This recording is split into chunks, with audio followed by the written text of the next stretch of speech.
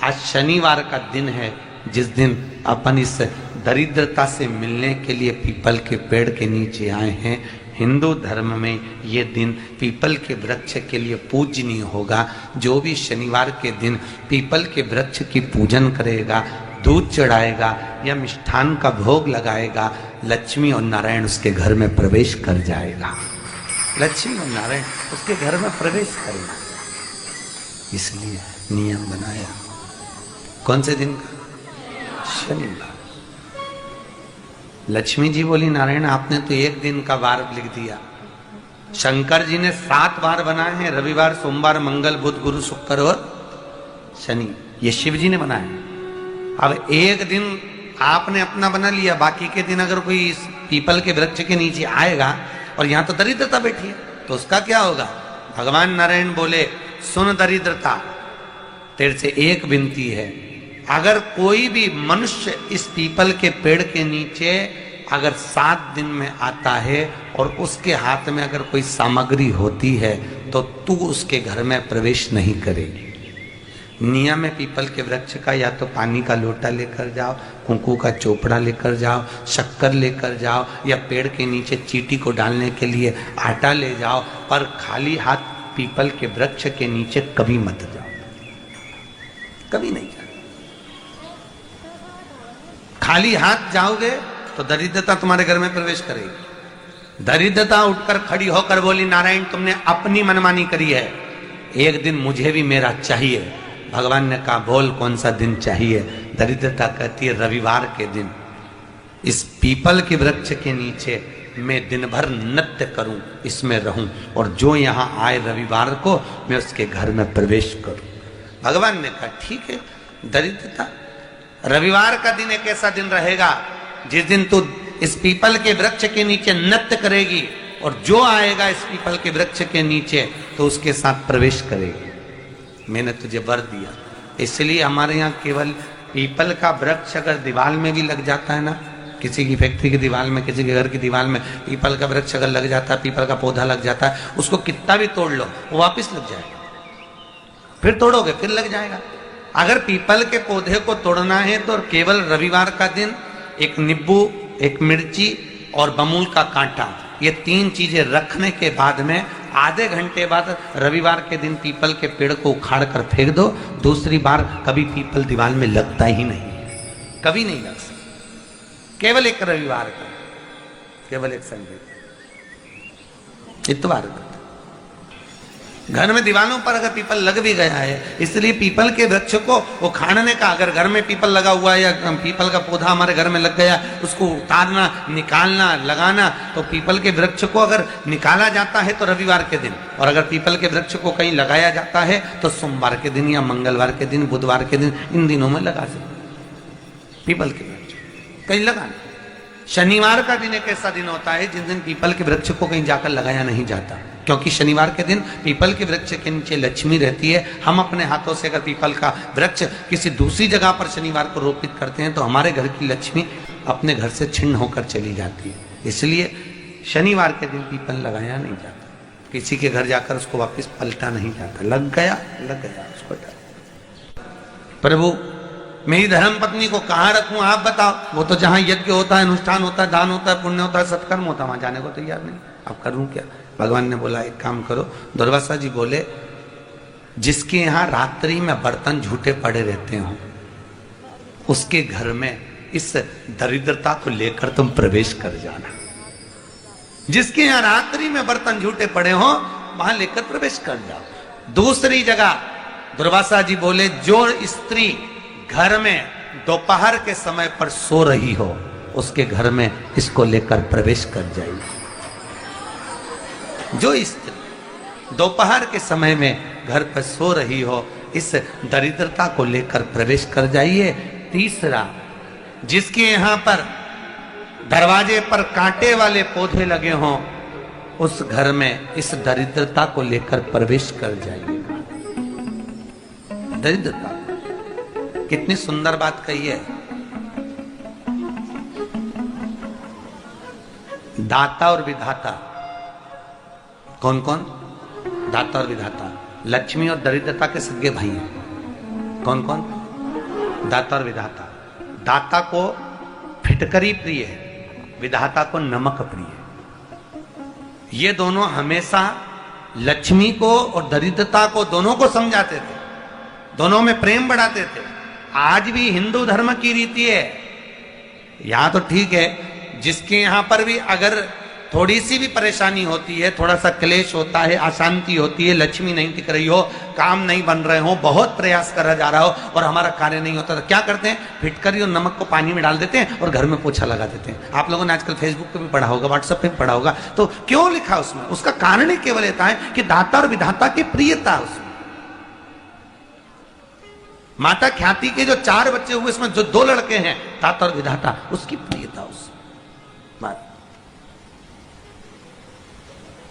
उसकी पूर्णता उस। अब दुर्वासा जी बोले अपनी धर्म पत्नी को वहां लेकर, जहां कांटेदार पौधे लगे हों वहां पर लेकर प्रवेश कर जाइए। कांटेदार पौधों में उस दरिद्रता का निवास हो गया। शंकर पर विश्वास रखकर एक एक पल, एक एक घड़ी, एक एक समय, एक एक नक्षत्र का शिव महापुराण में वर्णन है। यहां तक शास्त्र कहता है कि पीपल के वृक्ष की जब भगवान शिव रचना करे, पीपल के वृक्ष की जब रचना करी गई तो उस पीपल के वृक्ष में भी कौन सा समय किसका है, ये शिव महापुराण वर्णन करती है। सुबह 4 बजे से लेकर 7:30 बजे तक पीपल के वृक्ष में ब्रह्मा जी का वासा होता है। 7:30 बजे से लेकर 10:30 पौने 11 बजे तक पीपल के वृक्ष में भगवान विष्णु का वासा होता है। 10:30 बजे से लेकर पीपल के वृक्ष में 11:30 बजे तक पितरों का वासा होता है। 11:30 बजे से लेकर 12:30 बजे तक पीपल के वृक्ष में आहूतों का वासा होता है। 12:30 बजे से लेकर शाम को 4 बजे तक पीपल के वृक्ष में वासुकों का वासा होता है। 4 बजे से लेकर शाम को 7:30 बजे तक पीपल के वृक्ष में शंकर का वासा होता है। 7:30 बजे से लेकर 9:30 बजे तक पीपल के वृक्ष में कुबेर का वासा होता है। 9:30 बजे से लेकर फिर कुबेर के वृक्ष में अन्य देवों का वासा चालू हो जाता है। इसलिए हमारा हिंदू धर्म कहता है, हमारे शास्त्र कहते हैं कि पीपल के वृक्ष को जब पूजा जाता है, पीपल के वृक्ष की जब पूजन करी जाती है तो सुबह 10:30, 11, ज्यादा से ज्यादा 11:30, ज्यादा से ज्यादा 12, उसके पहले पीपल के वृक्ष की पूजन कर लेना चाहिए। क्यों? क्योंकि 11:30 बजे से लेकर 12:30 बजे तक पीपल के वृक्ष में पितरों का वासा रहता है, आहूतों का वासा रहता है, फिर वासुकों का वासा आता है। पितृ किसको कहते हैं? महाराज जो पूरी उम्र लेकर चले गए और उनके भीतर अभिलाषाएं बहुत थी, मैं ये भी करना चाहता हूं, मैं ये भी करना चाहता हूं, वो पितृ हो जाते हैं। आहूत किसको कहते हैं?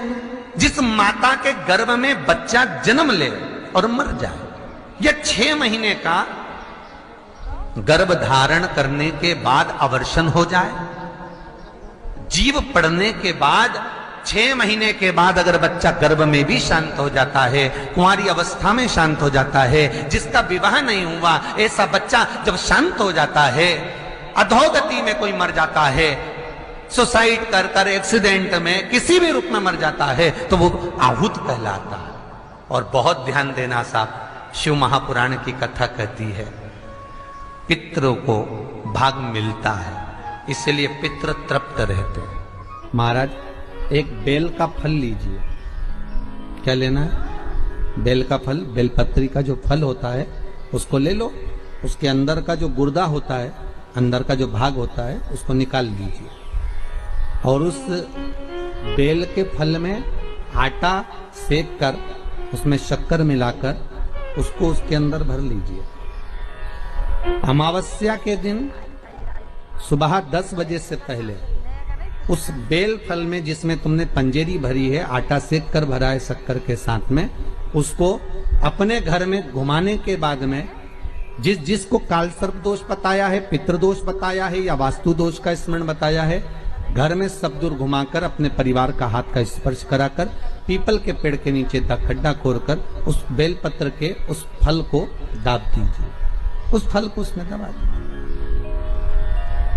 महाराज केवल एक अमावस्या करना रहता है, पितरों के दोष से मुक्ति मिलती है और हमारे घर के कार्य सफल होना प्रारंभ हो जाते हैं। कार्य की सफलता होती है, कार्य में सफलता प्राप्त होने लगती है। हम तो कई बार कहते हैं महाराज जी, अगर ऐसा लगे किसी औषधि को आप ले रहे हैं, मालूम पड़े कि औषधि आपको लग नहीं रही है, शिव महापुराण की कथा करेंगे, मान लो औषधि आपको नहीं लग रही, आपने औषधि बहुत दिनों से ले रहे हो, कोई दवाई, मान लो आप किसी भी दवाई को ग्रहण कर रहे हैं और वो औषधि लगी नहीं रही है, वो शरीर को लगी नहीं पा रही और आप ठीक ही नहीं हो पा रहे, 15 दिन हो गए, 8 दिन हो गए, बताओ, उतना की उतना ही कैटरीना है, उतना ही उतना अपना भरा हुआ, वही की वही लीवर, वही की वही किडनी, वही की वही स्मरण, सभी कुछ वही वही है, उतने की उतना ही। बीपी भी ऊंचा नीचा चल रहा है पर लेवल में नहीं आ रहा, शुगर भी लेवल में नहीं आ रही, तो प्रयास करा करो महाराज, बेलपत्री के फल का जो गुर्दा है, अंदर का जो भाग है फल का, उसको पानी में गला लीजिए और प्रदोष की प्रदोष, कम से कम प्रदोष नहीं हो और बीमारी जरा दवाई लगी नहीं रही हो तो बिना प्रदोष के भी कर सकते हो, उसको पानी में गलाइए, आधा घंटा पानी में, जैसे आपको सुबह मंदिर जाना है 10 बजे, तो सुबह स्नान कर कर कम से कम 6:30-7 बजे उसको पानी में गला दीजिए और उस बेले के फल का गुर्दा से गला हुआ पानी शिव जी को ले जाकर समर्पित कर दीजिए महाराज। उस पानी में से थोड़ा सा 1 चम्मच पानी शिव जी पे चढ़ा हुआ लेकर आ जाइए। उस पानी को जो बीमार व्यक्ति है उसको औषधि देने से पहले मात्र आधी चम्मच से भी आधा चम्मच उसको दे दीजिए। भगवान शंकर का श्री शिवाय नमस्तुभ्यम का जाप कर कर उस पानी को देने के बाद अगर आप औषधि देंगे तो ये पक्का है कि औषधि अपना कार्य करना प्रारंभ कर देगी और वो स्वस्थ होना प्रारंभ हो जाएगी। वो स्वस्थ हो औषधि के शंकर पर चढ़ी हुई भस्म, शंकर पर चढ़ा हुआ बेलपत्र, शंकर पर चढ़ा हुआ एक पुष्प भी औषधि का कार्य करता है। शिव महामृत्युंजय, अरे मार्कंडू जी के पुत्र मार्कंडे जो शंकर की आराधना में डूबे हुए थे, जिनकी उम्र कम थी, जिनकी आयु मात्र 12 वर्ष की थी और प्राण छूटना थे, और वो मार्कंडू जी के पुत्र मार्कंडे जी भगवत स्मरण में ऐसे डूब गए कि उनके मुख से महामृत्युंजय मंत्र का उद्घोष हो गया।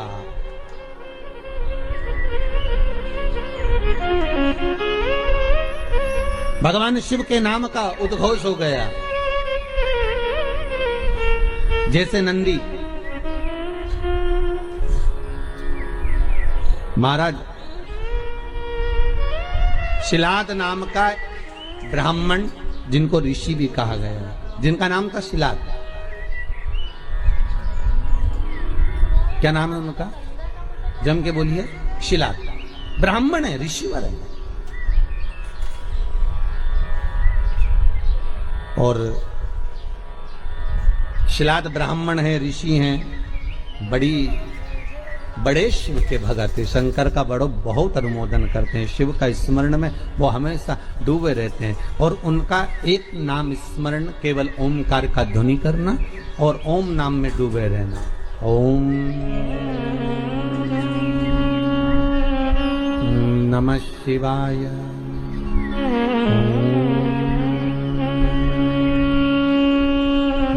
नमः शिवाय, ओम नमः शिवाय। भगवान शिव की भक्ति में डूबे रहे। अब उनकी धर्म पत्नी से संतान नहीं, औलाद नहीं, बड़े दुखी है, बड़े दुखी।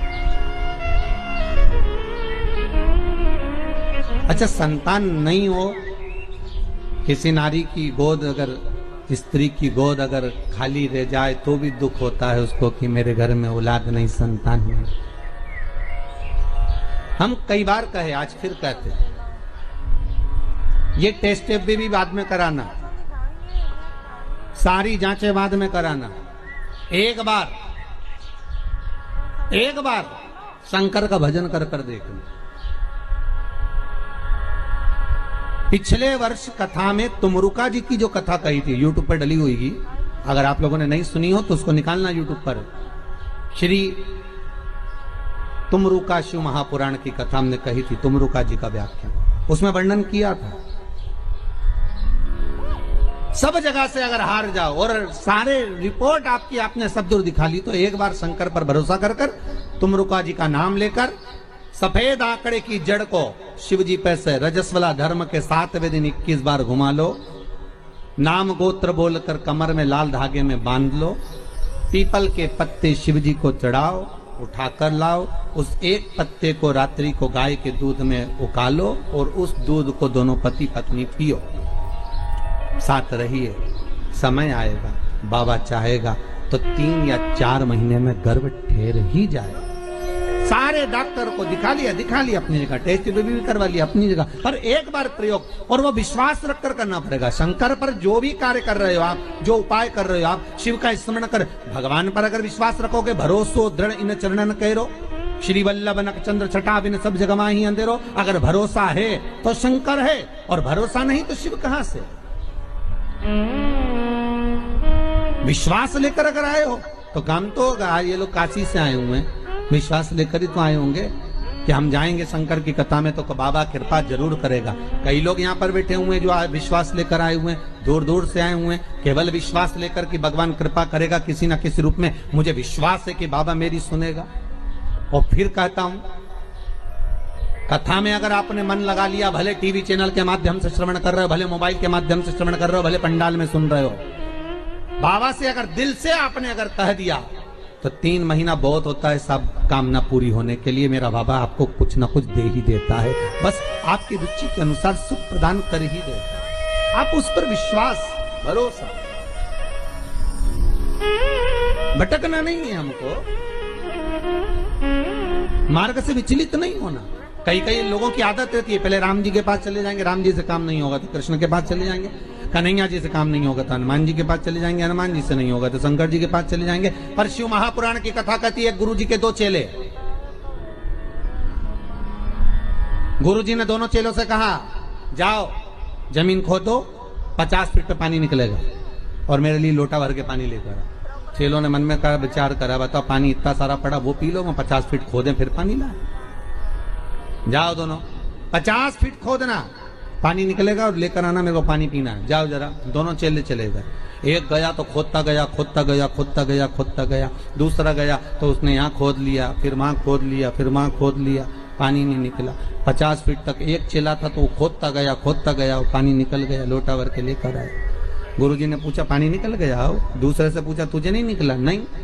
गुरुजी ने पूछा, तूने खोदा था? बिल्कुल, चलकर देख लो। गुरुजी गए देखने के लिए, तो गुरुजी ने देखा तो उसने क्या करा, थोड़ा यहाँ खोद लिया, थोड़ा वहां खोद लिया, थोड़ा वहां खोद लिया, थोड़ा वहां खोद लिया।